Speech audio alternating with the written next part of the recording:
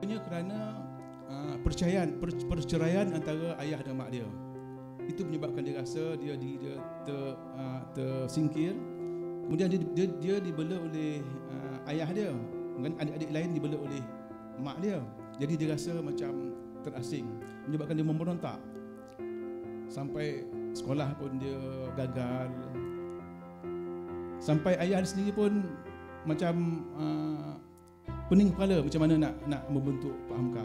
Ketika pernah ayah dia suruh Pak Hamka kahwin lagi satu, dan isteri dia terpaksa benarkan sebab hormat pada keputusan ayah mentua.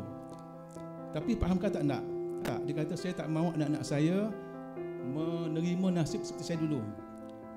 Saya tak mahu isteri saya nanti menderita sebab saya tinggalkan dia. Itu bukan makna dia anti poligami, tak. Tapi kerana dia dah merasa masa dia kecil dulu macam mana keadaan dia apabila berlaku perpisahan antara ayah dan mak. Sekolah cuma sekat sekolah 2, sekolah kampung. Dia boleh menghasilkan buku sejarah yang begitu menarik, ya.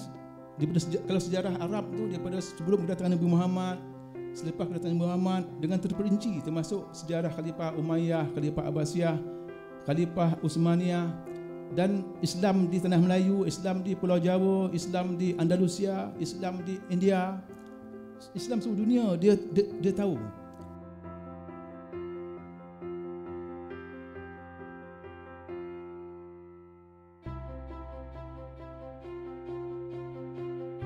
Assalamualaikum warahmatullahi wabarakatuh.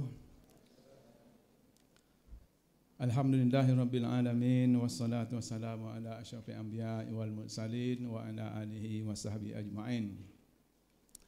Yang saya hormati pengacara majlis, yang saya hormati dan kasihi anak-anak Buya Hamka, ya, Pak Afif, Ibu Fatihah, yang terbangkan datang ke Malaysia untuk acara-acara yang telah diatur, termasuk malam ini. Yang saya hormati dan kasihi juga tuan-tuan dan puan-puan, terutama peminat-peminat karya Pak Hamka, dan juga mungkin ada peminat karya Pak Latif juga. Sebenarnya saya bersyukur, ya, kerana dapat peluang menulis kisah seorang tokoh yang begitu dekat dengan kita. Kalau sebelum ni saya tulis kisah-kisah tokoh luar daripada Malaysia seperti Hassan Al-Banna, Badiul Zaman Said Nursi, Mustafa Kamal Atatürk, ya. Dan kali ini selesai sudah menulis kisah Pak Hamka, sehingga semalam sewaktu pelancaran ada peserta yang bertanya, kenapa Pak Latif kemudiankan tulis kisah Pak Hamka, kata dia. Patutnya didulukan daripada tokoh-tokoh yang lain. Susah juga saya nak menjawabnya. Walau bagaimanapun, novel yang ditulis tersebut bukanlah rekaan saya sendiri, tapi faktanya saya rujuk daripada buku-buku Pak Hamka sendiri. Di antaranya Kenang-kenangan Hidup, yang mana itu dijadikan rujukan utama. Sebab bila Pak Hamka sendiri yang tulis Kenang-kenangan Hidup, pada saya benda itu memang betul berlaku, sebab orangnya punya badan sendiri yang menulis. Begitu juga dengan buku ditulis oleh anak beliau, Irfan, ya, Irfan Hamka, iaitu Ayah, dan juga Ayahku oleh Pak Hamka sendiri. Apa yang menyebabkan saya berkesan untuk nak menulis kisah Buya Hamka? Saya sendiri sebagai salah seorang yang kagum dengan karya beliau sejak daripada alam persekolahan dulu. Sejak saya sekolah dah baca dah buku-buku beliau, termasuk Tenggelamnya Kafal Bin Dewi, Merantau ke Delhi, Di Bawah Lindungan Kaabah, dan buku-buku yang lain.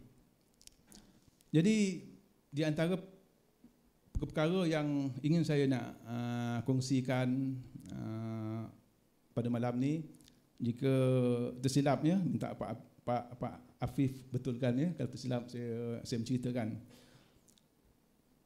Pertama sekali, Pak Hamka ni dilahirkan disambut dengan gembira oleh ayah dan mak beliau. Biasalah macam tu, anak-anak siapa-siapa pun bila lahir akan disambut dengan gembira. Sehingga ayah dia mengatakan anak ni akan aku hantar ke Mekah ketika dia berumur 10 tahun nanti. Macam tu sekali gembira ayah dia, sebab keturunan Pak Hamka ni rupanya adalah ulama-ulama ya. Ayah dia ulama, datuk dia dulu pun ada ulama, moyang-moyang dulu pun ada ulama. Dengar dah turun menurun memang daripada keluarga ulama Pak Apim ya. Dan mungkin di kalangan anak Pak Hamka pun ada akan jadi ulama. Mungkin dah ada yang jadi ulama ya Pak Apim. InsyaAllah kan. Tapi sewaktu Pak Hamka berumur 10 tahun, keadaan telah berubah. Yang mana Pak Hamka dijadikan sampai dikatakan anak yang nakal. Sebab dia mula ponteng sekolah. Maksud ponteng sekolah tu Pak Hafiz bukan tak nak sekolah, tapi kawan-kawan pergi sekolah, dia pergi ke arah lain. Dia pergi ke tengok orang buat kolam ikan, dia pergi sampai ke tempat orang menyambung ayam, dia pergi sampai tempat orang macam-macam. Sebab puncanya kerana perceraian antara ayah dan mak dia.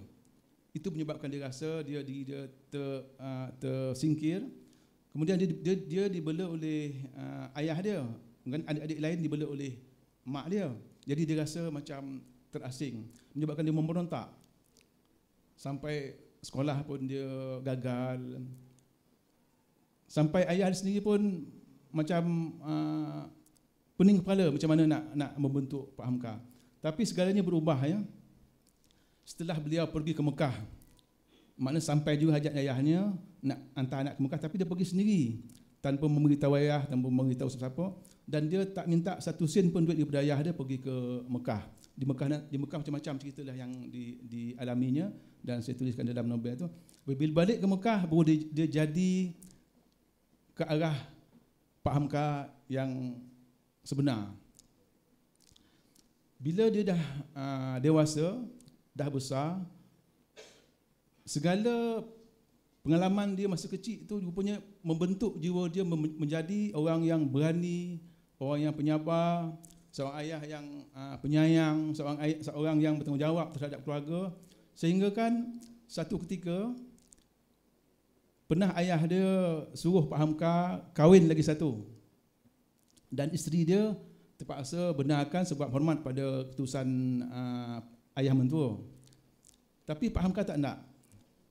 Kalau biasa orang suami ya, kalau ada ayah dah suruh kahwin lain, kahwin dua, isteri pun dah benarkan, rasanya tak lengah-lengah lagi. Tapi Pak Hamka tak. Dia kata saya tak mahu anak-anak saya menerima nasib seperti saya dulu. Saya tak mahu isteri saya nanti menderita sebab saya tinggalkan dia. Itu bukan makna dia anti poligami tak. Tapi kerana dia dah merasa masa dia kecil dulu macam mana keadaan dia apabila berlaku perpisahan antara ayah dan mak. Jadi ini boleh dikatakan sebagai mangsa perceraian daripada kedua ayah dan mak. Begitu dia menyayangi anak-anak, begitu dia menyayangi isteri sampai isteri dia meninggal dunia. Satu orang saja isteri dia. Lepas meninggal dunia pun dia masih lagi tak cari pengganti sampai beberapa tahun.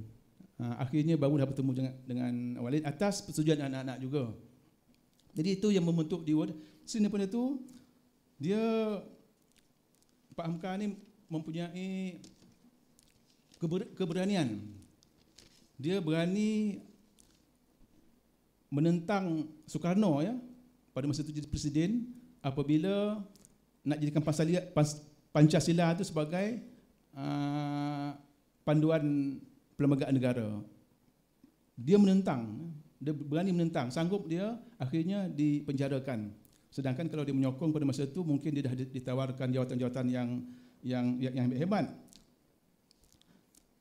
Kemudian disebabkan keberanian tadi itu juga dia berani menentang Soeharto juga bila dia mengeluarkan fatwa mengenai haram hukumnya orang Islam merayakan perayaan Natal, hari Natal, dan banyak lagi keberanian dia disebabkan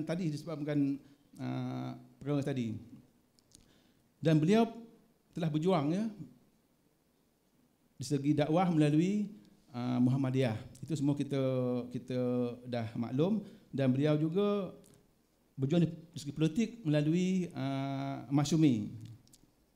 Kemudian Pak Hamka pula berdakwah. Macam mana cara dia, dakwah dia yang boleh kita contohi, boleh kita jadikan satu renungan bersama. Contohnya sebab itu pemerintahan Jepun. Jepun tahulah Jepun ni kekejaman dia, pemerintahan dia kejam. Pak Hamka ambil pendekatan berbaik dengan pihak Jepun. Tapi baik dia tu bukan makna dijadikan benarkan diri dia jadikan alat oleh Jepun, tak. Tapi baik dia tu untuk kemuslihatan ummah. Disebabkan hubungan baik Hamka dengan pihak Jepun, Presiden Jepun masa tu di Medan, dia berada di Medan. Muhammadiyah di Medan dibenarkan mengadakan perjumpaan, mengadakan ceramah yang lain tak dibenarkan oleh Jepun. Tapi kerana Pak Hamka itu baik, dia dapat minta Jepun mengadakan macam tu. Mana Muhammadiyah dapat berjalankan kegiatan dia. Kemudian satu ketika Jepun keluarkan satu perintah menyambut hari jadi Maharaja Jepun, yang mana rakyat Indonesia diminta tunduk ke arah matahari terbit. Pada pagi itu diminta semua rakyat berkumpul ke Padang. Bila matahari terbit, masing-masing tunduk arah ke matahari terbit sebagai menghormati Maharaja Jepun. Banyak ulama-ulama yang menentang pada masa tersebut. Dia kata ini dah menyalahi agama kita. Kita hanya tunduk pada Allah saja. Tak boleh tunduk pada yang lain pada Allah, ni pula tunduk pada matahari. Tapi Pak Hamka dengan kawan-kawan dia cuba nak menyelamatkan ummah, sebab kalau menentang nanti memang Jepun akan hukum, akan bunuh. Jadi Pak Hamka dengan beberapa kawan dia berjumpa dengan Residen Jepun, Residen Sumatera Timur. Dia kata macam ni, tunduk ni maksudnya tuan bukan sujud ya, bukan rukuk. Tak, kata dia. Cuma kepala je angguk sekejap. Lepas tu Pak Hamka dengan kawan dia tulis satu risalah memberitahu pada orang ramai, ini bukanlah makna kita sujud pada matahari, tak. Cuma isyarat saja. Jadi dia muslihat itu untuk kebaikan, walaupun dia menyokong, dia tak menentang, tapi dia dapat menyediakan orang ramai. Maknanya yang dilakukan tu bukanlah ada ruku, ada sujud, baru yang bukan menyembah. Tapi kalau sekat isyarat saja kepala, tak apalah, ikutlah kamu. Tapi pada hari tersebut Pak Hamka tak pergi. Orang ramai pergilah ke Padang, tapi Pak Hamka dan kawan dia tak pergi. Dia cuma nak menyelamatkan rumah cara macam tu. Jadi dakwah dia tu satu dakwah yang saya rasa begitu halus dan begitu menarik demi untuk menyelamatkan ummah, menyelamatkan orang ramai. Kemudian apabila berlaku rusuhan di Aceh, sebab mereka menentang ya, sebab arahan tunduk tadi tu, semua yang menentang tu dibunuh oleh askar Jepun, termasuk ketua dia, Kiai lupa saya, dibunuh oleh Jepun ya. Jepun ni memang pantang dia, orang yang dah arahkan tu. Pak Hamka, Presiden Jepun panggil Pak Hamka, dia kata, wahai, dia panggil Hamka-san ya, Hamka-san dia panggil, adakah Islam kamu dengan Islam orang di Aceh sana berlainan, kata dia. Pak Hamka kata, kenapa? Sebab di sana dia menentang kami, dia tak ikut arahan kami bunuh semua sekali. Dia kata, kami Islam sama, cuma mungkin, kata dia, ada pahaman. Kalau macam tu, izinkan saya pergi ke Aceh, kata dia, untuk nak menyiasat perkara ni. Jadi Jepun sendiri terkejut ya, sebab di Aceh baru berlaku pemberontakan. Hamka menawarkan diri dia nak pergi ke sana untuk nak menyiasat. Hamka pergi sana bukan mewakili orang Jepun, tapi mewakili orang Islam, macam mana nak menyelamatkan orang Islam di Aceh dan di seluruh Indonesia. Sampai ke Aceh, dia dah tahu apa sebab-sebab berlaku macam tu. Dia tulis satu laporan bila balik ke Medan, dibagi pada Presiden.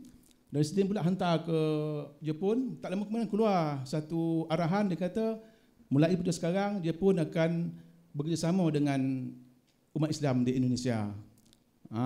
Pandangan Jepun tu dah boleh berubah disebabkan antarausaha dan dijalankan oleh Pak Hamka. Dan itu memang diceritakan dalam kenangan hidup oleh Pak Hamka. Itu di antara dakwah Buya Hamka yang boleh kita jadikan contoh dan juga jadikan sebagai renungan. Bukan makna beliau takut untuk berjuang sampai syahid, tak. Ada masa nanti kita akan tengok macam mana keberanian Pak Hamka. Selain daripada itu, Pak Hamka ni juga dikurniakan beberapa karamah. Di antaranya ilmu beliau cukup hebat. Kalau kita baca buku sejarah umat Islam, bagaimana seorang yang dikatakan sekolah cuma sekolah 2, sekolah kampung, dia boleh menghasilkan buku sejarah yang begitu menarik, ya. Kalau sejarah Arab tu, daripada sebelum kedatangan Nabi Muhammad, selepas kedatangan Nabi Muhammad, dengan terperinci, termasuk sejarah Khalifah Umayyah, Khalifah Abbasiyah, Khalifah Utsmaniyah, dan Islam di tanah Melayu, Islam di Pulau Jawa, Islam di Andalusia, Islam di India, Islam seluruh dunia. Dia tahu di mana, yang mana beliau tadi itu, selain daripada luas pembacaan, tapi dikurniakan ilmu-ilmu yang orang kata tadi ilmu laduni, ya. Yang mana dia bila menguraikan tu tembus, ya. Orang tak boleh nak petikaikan. Itu di antara kehebatan di segi ilmu sejarah. Ilmu agama memang kita dah akui dengan tafsir Al-Azharnya, dengan tasawuf modernnya, dengan macam-macam buku agama, hampir 100 buah. Dan selain daripada ilmu, beliau juga dikurniakan tadi saya kata sebagai macam karamah, ya. Orang-orang yang alim ni tadi memang kita kena percaya ada karamah pada orang alim. Tadi ada Pak Habib sendiri ada cerita, Pak Hamka pernah dikunjungi oleh makhluk-makhluk gaib. Mungkin malaikat, kita tak tahu, ya. Mungkin malaikat. Pak Habib sendiri pernah bercerita pada abang, Pak Hamka tak pernah kata malaikat datang jumpa dengan saya, dia tak pernah cerita. Wah, dia kata ada makhluk gaib datang, dia tak pernah cerita, tapi orang lain yang menceritakan. Sebab tu buat kereta tadi kata Pak Hafif, abang dia nampak dalam kereta tadi lembaga sebelah Pak Hamka duduk. Pernah Pak Hamka semasa dia pun dah kalah, kerana Belanda merintah balik Indonesia. Pada malam tu diisytiharkan perintah berkurung. Tak boleh orang lain keluar malam, dan siapa yang ada senjata diminta serahkan kepada Belanda. Pak Hamka pada masa itu berada di tempat lain, ya. Keluarga dia dihantar ke tempat lain. Bila dengar perintah tersebut, dia dah bimbang. Keluarga dia nanti akan ditangkap oleh Jepun. Tambahan pula dia ada tinggalkan pistol kepada isteri dia. Kemudian pada malam tersebut, dia keluar seorang-seorang daripada tempat tu, berjalan kaki nak balik ke tempat tu, nak menemui keluarga dia. Sanggup beliau merentas hutan, merentas sawah padi, dan beliau alhamdulillah selamat, ya. Sedangkan tempat tu orang dah tahu dah banyak binatang buas, banyak ular, banyak lipan, tapi beliau alhamdulillah selamat sampai ke rumah dalam keadaan cuma luka-luka cala bala badan dengan duri-duri, ya, sebab dia merentas tadi. Pernah juga beliau sebab tu naik perahu, ya, nak melintas ke Danau Maninjau. Tiba-tiba datang kapal terbang Jepun, kapal terbang Belanda. Nampak orang atas perahu, dia berlegar seolah macam nak tembak. Jadi orang yang perahu tu dah kata dah, sekali ni habislah kita buya. Pak Hamka kata bertenang, ingat Allah, bertenang. Akhirnya kapal terbang sudah berlegar-legar, dia terbang tu pergi, tak usik apa-apa pun dia. Tu orang kata di antara keramah yang orang nampak. Pernah juga satu ketika sewaktu berada dalam satu pondok, ya. Tiba-tiba Pak Hamka dengar macam ada orang bunyi ketuk tiang pondok. Pak Hamka pun kata kita kena tinggalkan pondok ni kerana tak lama lagi musuh akan datang. Jadi orang lain tak percaya. Ada yang tinggal situ, ada yang ikut Pak Hamka. Tak lama lepas tu memang betul tempat tu diserang oleh askar Belanda, semua pondok binasa dan orang dalam tu pun mati. Tapi Pak Hamka selamat. Tu di antara keramah-keramah yang dapat dirakamkan dalam kisah Pak Hamka. Banyak lagi insya-Allah nanti akan diceritakan oleh Pak Hafif. Dalam hal ni, sebelum saya beri peluang pada Pak Hafif bercerita, ingin saya nak ajak tuan-tuan merenung satu perkara, ya. Pada tahun 1924, seperti mana kita maklum, Khalifah Utsmaniyah telah ditumbangkan oleh kuasa-kuasa barat dan Eropah melalui Mustafa Kemal Atatürk.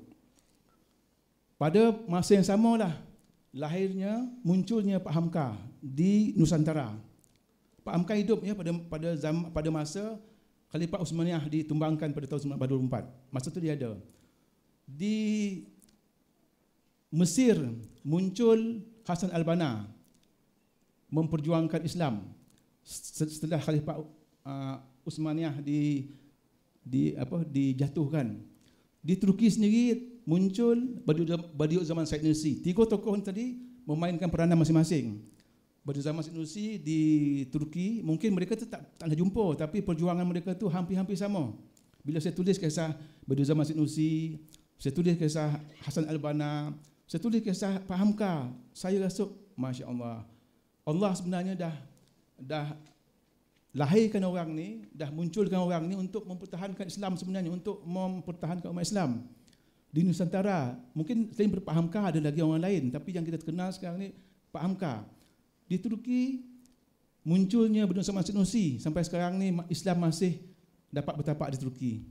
Di Mesir muncul pula Hasan al-Banna dengan Ikhwan Muslimin. Cuma sekarang ni di Turki mereka dah boleh katakan berjaya dengan perjuangan Badiou Said Nursi tadi. Dia orang dah dapat perjuangkan hampir-hampir berjaya, sebab dia Erdogan menang sebabkan sokongan daripada jemaah-jemaah Said Nursi sebenarnya, termasuk daripada An-Nur, daripada Khairat dan sebagainya. Umat Islam sana memberi sokongan. Di Mesir Ikhwan Muslimin dah hampir-hampir menang lagi tu, tapi sekarang dia dijatuhkan oleh kuasa barat sebab dia tahu Ikhwan Muslimin tak boleh naik. Tapi akan datang insya-Allah. Banyak ramai mengatakan Ikhwan Muslim akan kembali menguasai Mesir. Sebab kebangkitan Islam tu tak siapa dapat nak menghadang. Insya-Allah di Malaysia ni kita harap pun macam tu ya. Salah satu caranya melalui mencontohi punya pemikiran Pak Hamka, dakwah Pak Hamka, perjuangan Pak Hamka, buku-buku Pak Hamka. Di Turki bila dia orang punya menjaga perjuangan Badiou Zaman Said Nursi, sampaikan pokok tempat dia panjat untuk berzikir pun dia orang jaga. Dia orang di kawasan bukit tu dapat tentera terbang, tapi di kampung tu masih dipelihara sampai sekarang. Sampai ke jubah dia, baju dia, sikat patah dia, cerek dia pun dia orang pengikut dia masih jaga macam tu punya hebatnya dia. Begitu juga dengan di Mesir. Di Malaysia sekarang ni yang sedihnya termasuk Pak Habib ya, Pak Afif, minta maaf Pak Afif. Dia sampai marah ya, meluahkan perasaan dia. Karya Pak Hamka dicetak rompak, dipergunakan untuk keuntungan. Sepatutnya kita di sini dah yang pengagum Hamka ni mempertahankan karya-karya Pak Hamka tu, kena kalau tempat lain di Turki, di Mesir dia orang boleh jaga karya-karya ulama dia. Kenapa di Malaysia, Indonesia perkara ni berlaku? Kadang saya pun fikir kenapa ya? Tapi mungkinlah selepas ni nanti akan ada perubahan insya-Allah. Karya Pak Hamka akan diterbitkan semula dengan satu persatu dengan cara bertanggungjawab, dan anak-anak beliau memang berhak ya untuk mendapatkan faedah daripada hasil karya ayah mereka.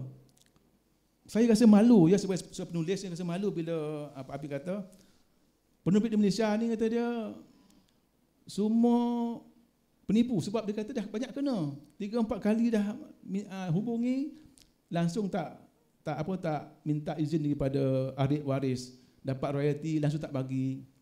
Sedih ya kalau kita sendiri jadi anak-anak Pak Hamka pun kita pun rasa marah. Selama ni mungkin kita tak tahu, saya sendiri tak tahu, tapi bila Pak Hafiz dah cerita benda ni baru saya tahu. Dan sekarang ni dah ramai yang tahu dah. Dan lepas ni saya harap di antara jemaah kita di Malaysia ni yang saya rasa berapat dengan Pak Hamka ialah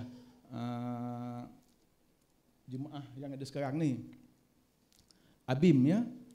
Jadi kalaulah boleh diambil satu usaha untuk mempertahankan karya tersebut, maksudnya tu dicetak disebarkan cara yang sebetul. Itu yang harapan saya. Sebab ini tokoh kebanggaan kita, bukan kebanggaan kita saja, kebanggaan Nusantara. Jadi ini di antara perkara yang boleh kita jadikan renungan bersama. Saya rasa tak perlulah saya nak bercakap panjang lagi, sebab bagi peluang pada Pak Afif. Pak Afif kalau bercakap 1 jam 2 jam pun dia tahan ya. Sebab dia memang di Indonesia pun dia dijemput untuk baca khutbah di masjid, sehingga kan penuh jadual dia sepanjang tahun. Lepas masjid ni pergi, besok masjid ni macam tu. Jadi dia dikurniakan kelebihan di segi macam-macam ya. Sebentar lagi kita akan dengar. Dan saya mohon maaf sekiranya terdapat kata-kata saya yang tersilap, terkasar, kelemahan saya sendiri. Akhir kata, wabillahi taufiq wal hidayah. Assalamualaikum warahmatullahi wabarakatuh.